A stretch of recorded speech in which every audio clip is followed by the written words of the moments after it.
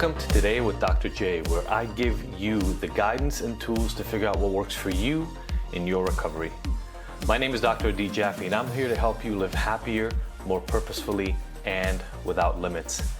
I tend to ruffle some feathers for doing this, but I do away with the notion of once an addict, always an addict, because I believe that anyone can beat their addiction with the right mindset, tools, support, and education. Nothing can stand in your way to success. You don't have to commit to anything but action. You don't have to have anything but motivation. Whether you want to quit, drink less, or simply become more mindful around mental health and addiction, I'm here for you.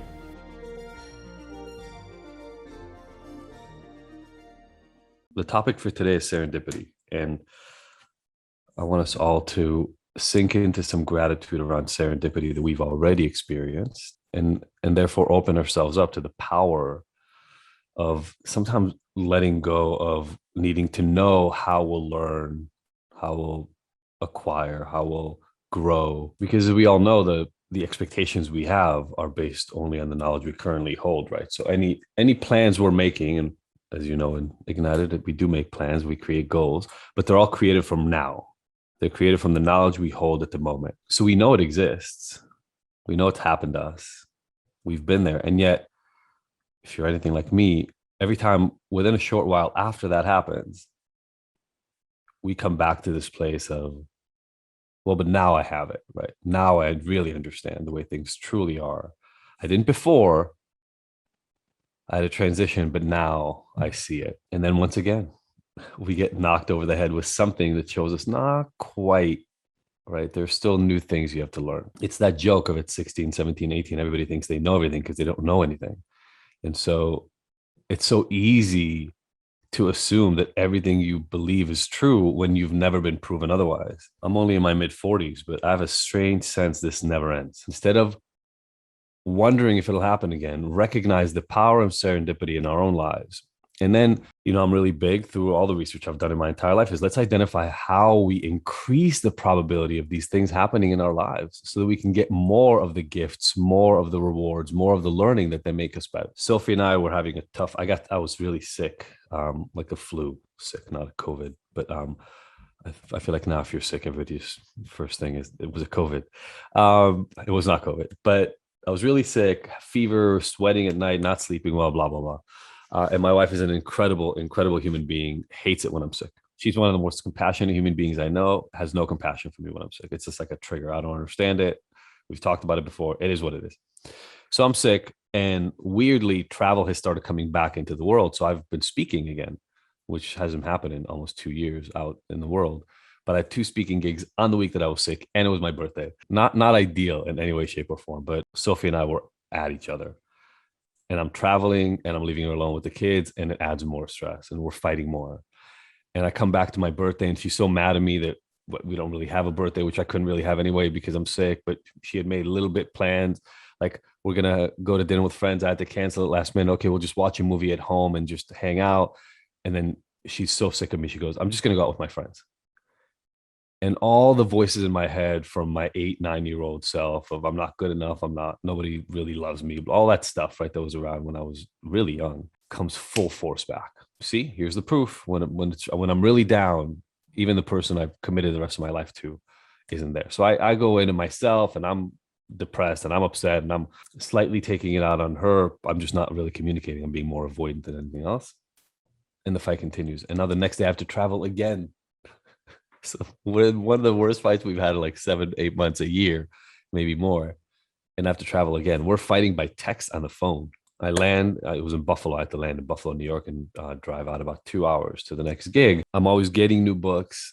And if I can't read because I'm on a trip and I'm driving, I get Audible books so I can listen. So I downloaded a book that I'd read 20 years ago, maybe 18 years ago for the first time. Dale Carnegie, How to Win Friends and Influence People. I don't remember anything of what I'm about to tell you happening 20 years ago in the book, but just again, showing that serendipity is about the meaning of time, place, and opportunity, right? So the information has to be there and you have to be ready to absorb it. So I'm driving in this car, I rent the car and I drive in the car and I put this audiobook on, and I'm putting it on because I'm doing a lot of work in business and I'm really trying to improve my skills around that. That's really why I got it, around networking and things of that nature. 3 chapters in, about an hour or 45 minutes into the book, the Audible, he goes into this passage and he prefaces it by saying, when I read people this passage, everybody wants it. And, universities have used it and all. He starts talking about how much people love this passage he's about to read. I'm barely even paying attention because I'm driving. And then he starts reading this passage that I have right here, because I've now printed it, and you'll understand why in a second. I printed it out. It's called Father Forgets. I didn't even remember this happening the first time I read the book. Father Forgets is a letter written by dad at nighttime, sitting by his son's bed to the son. And I'll just read a passage. There are things that I'm thinking, son. I had been cross to you. I scolded you as you were dressing for school because you gave your face a mere dab with the towel. I took you to task for not cleaning your shoes. I called out angrily when you threw out some things on your floor. And then he talks about all these things that he found fault at over and over and over. And then he talks about how at nighttime the kid just wanted to hug him, and he corrected him and reprimanded him, and how he was always just the dad who, is the disciplinarian. Then he goes, I don't know what I've been doing. I think I've been in this habit of just reprimanding and hurting you and scolding you constantly. And I forgot that you're just a boy. I forgot to be a father with you as a boy. I've been trying to make you a man. But now I remember how little you are and seeing you here laying in bed, etc. As this Audible is reading, I am bawling in the car, driving in my car, crying like waterfall. Can't stop it. No idea. Wasn't looking for it. Wasn't ready for it. Nothing that I'd set out. I was reading a book about networking, for crying out loud. And it hit me like that when that passage was done. And it was, why was it hitting me so hard? Because I'm not serving that role that I want to serve with my kids. I'm not being the dad I want to be to my kids. I'm not fun. I am reprimanding them. I am scolding them. I'm the one who's always disciplinarian. And then the next piece hit right after that realization, which was, that's kind of a little bit of actually why my wife is pissed at me. Yes, it has to do with me being sick, but it has to do with me being sick because my dad was never actually around, so I had no dad. But but I know a lot of people like that's who I became for my kids. So I'm already not a great parent from her vantage point, and now I'm sick, so I'm doing even less. And it was really hurting her that she's getting no support as a parent. I put down in my daily ritual now to read this thing every morning. I'm not crying anymore when I'm reading the story. And part of the reason is I'm adjusting. It took me like a week of reading the story to not cry every time I would read it, because it would connect to how I'm not being that dad. But I'm reading it and I'm reminding myself every day, and I'm changing the way I'm behaving. But here's the thing. If I hadn't learned almost a decade ago to see friction and fights and arguments as an opportunity to learn that something is off versus a way to defend myself, I had to learn that actively. When something isn't working well, when I'm fighting with somebody in my life, I'm missing the point. And so Sophie and I are fighting. I come into the space where I go, how I love my wife, love my family. How are we in this crazy fight? What's happening? I'm missing. It can't be because I'm sick. That can't be the thing. My wife's an actual good person. There's no way she would do this because I'm sick. There's something else going on. I just couldn't understand it. But being in an open space, and then downloading new information.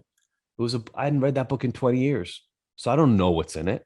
It's new. I downloaded a bunch of other books too, by the way, but that was the one I decided to listen to at that moment. The recipe that I've always found is you have to be broken enough to be open. And then you have to build in curiosity.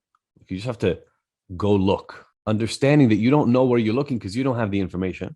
And then the next piece is the shame/humility piece that we talk about so much here, which is when the lesson comes, let all your defenses down. Defending your current place will get you nowhere. It'll just, think about what it means when you're defending your place. You're staying in place and you're defending yourself. But if you want to expand, then the whole job is to not let go of all pretenses of what's right or wrong about where you are right now and be open to the lesson. Thanks for watching, and I hope you found the lessons helpful in your recovery. Click below to like, comment, and subscribe. Plus, if you want to find out more about the work that we do at Ignited, visit IGNTD.com for more.